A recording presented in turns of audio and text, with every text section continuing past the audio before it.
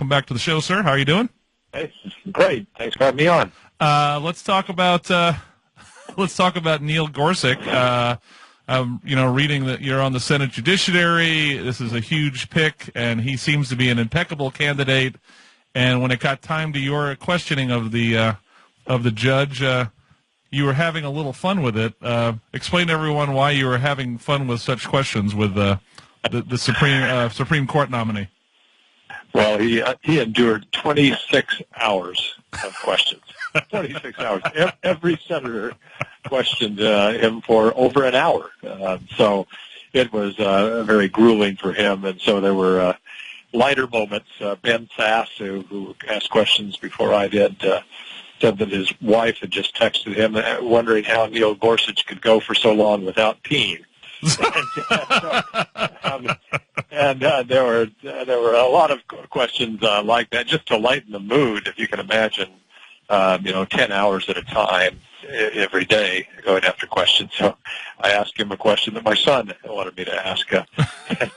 So he enjoyed the levity. I think everybody did. Well, you got to talk about skiing a little bit. So instead of he did skiing and fishing, and one thing that I appreciate about him, and I think that we all should value, is he's a Westerner.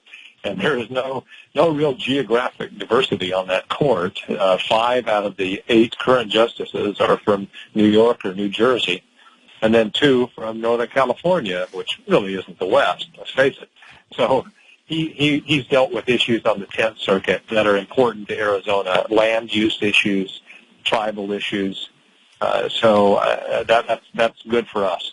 You know, it's interesting you say that, because when we talk to Schweikert, he always talks about how there isn't much Western representation on committees that deal with government land, and all of it's west of the Mississippi.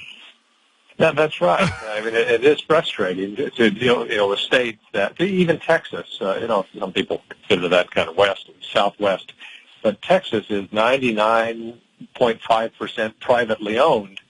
They don't have the public lands issues that we have in Arizona, where 85% of the state is publicly owned. And so decisions made by the federal government to the agencies really have an outsized impact on us. And that's not very well understood, I can tell you, by those from New York City. So as you're listening to 26 hours of questioning of Judge Gorsuch, I assume there are certain lines of questioning that as you start hearing where an Al Franken or a Liz Warren starts going, you kind of go, oh, God, we're going to do this again. And I assume it's you side with giant corporations and the little guy gets screwed over. Is that one of the common themes that's giving you a headache listening to these people? You bet. And, we heard over and over again, like on the Trans Am trucking issue, which was just an administrative appeal on a case that he had been in the dissent on, and they didn't like that, and it all of a sudden became a big guy versus little guy kind of issue. And what I appreciate about him is he just says over and over, he will go where the law tells him to go. And Edmund Burke used to talk about the cold impartiality of a judge. Right. And that's what you want. That's what you need, to somebody who will put emotion aside. And as Judge Gorsuch said, sometimes if you're always pleased with the decision you rendered in terms of it comporting with your philosophy, then you're not a good judge, because you ought to follow the law, and sometimes that will conflict with your own personal opinions. Has any of your Democrat compatriots in the Senate who voted for Neil Gorsuch pretty much unanimously the last time he was up for approval, has anyone given you a decent reason, I can't even say the word good, that they would be such jerks to him now? It's tough to see, and when you look at the figures, he's been on the circuit court for over 10 years. He's rendered 2,600 decisions that he's been involved in. He's been in the majority 99% of the time. He was in the majority on those opinions, and those decisions were unanimous 97% of the time. And yet now, all of a sudden, some of my colleagues on the other side are calling him an ideologue or out of the mainstream. Out of 2,600 opinions, and decisions, only one has been overturned, and that was on procedural grounds. So this is a very smart, capable, mainstream jurist.